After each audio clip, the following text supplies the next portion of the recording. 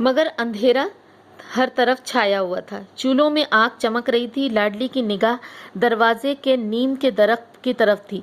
मारे खौफ के इसने आंखें बंद कर ली। और क्या था कि हर तरफ अंधेरा था और नीम के दरख्त की तरफ इसकी नजर पड़ी तो इसने डर से आंखें बंद कर ली। इतने में कुत्ता भौंक उठा। लाडली को ढारस हुई।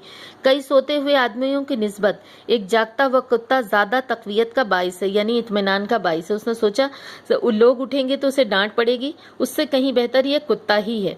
इसने पिटारी उठाई और बूढ़ी काकी की कोठरी की तरफ चली गई। काकी उठो, मैं पूरियां लाई हूं। और उसने वहां जाकर बूढ़ी काकी को कहा कि उठो, मैं पूरियां लाई हूं। काकी ने लाडली की आवाज पहचानी, झट उठ बैठी। दोनों हाथों से लाडली को टटोला, इसे गोद में बिठाया। लाडली पूरियां निकाल कर दी। काकी ने पूछा, क्या तुम्हारी अम्मा ने दी हैं? काकी पूरियों पर टूट पड़ी और उसने बूढ़ी काकी ने लाडली को अपनी गोद में बिठा लिया और पूछा कि क्या तुम्हारी माँ ने को पूरियां भेजी हैं? और उसका जवाब सुनने से पहले ही वो पूरियों पर टूट पड़ी। 5 मिनट में पिटारी खाली हो गई।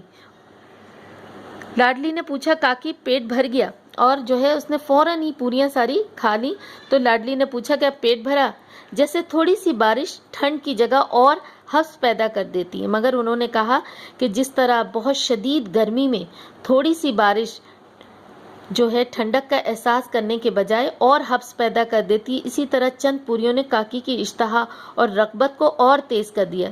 यानी वो इतनी थोड़ी पूरियां थीं कि जिससे उनका दिल वो नहीं भर पाया था और वो उनकी भूख को और रग़बत को और उसने बढ़ा दिया था। और वो ने कहा लाडली से कि जाके माँ से कहो कि और पूरियां ला दें। काकी ने पिटारी को फिर टटोला। इसमें चंद रेजे गिरे थे, इन्हें खा गई। और उसने अपने हाथ से उस डब्बे को छू कर देखा। उसमें चंद टुकड़े पड़े हुए थे, छोटे छोटे से रेजे पड़े हुए थे। उसको भी उठाकर उन्होंने खा लिया।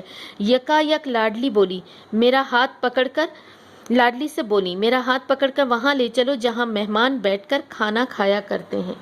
और उसके बाद उन्होंने एकदम से लाडली का हाथ पकड़ा और कहा, मुझे वहीं ले चलो जहां मेहमानों ने बैठकर खाना खाया।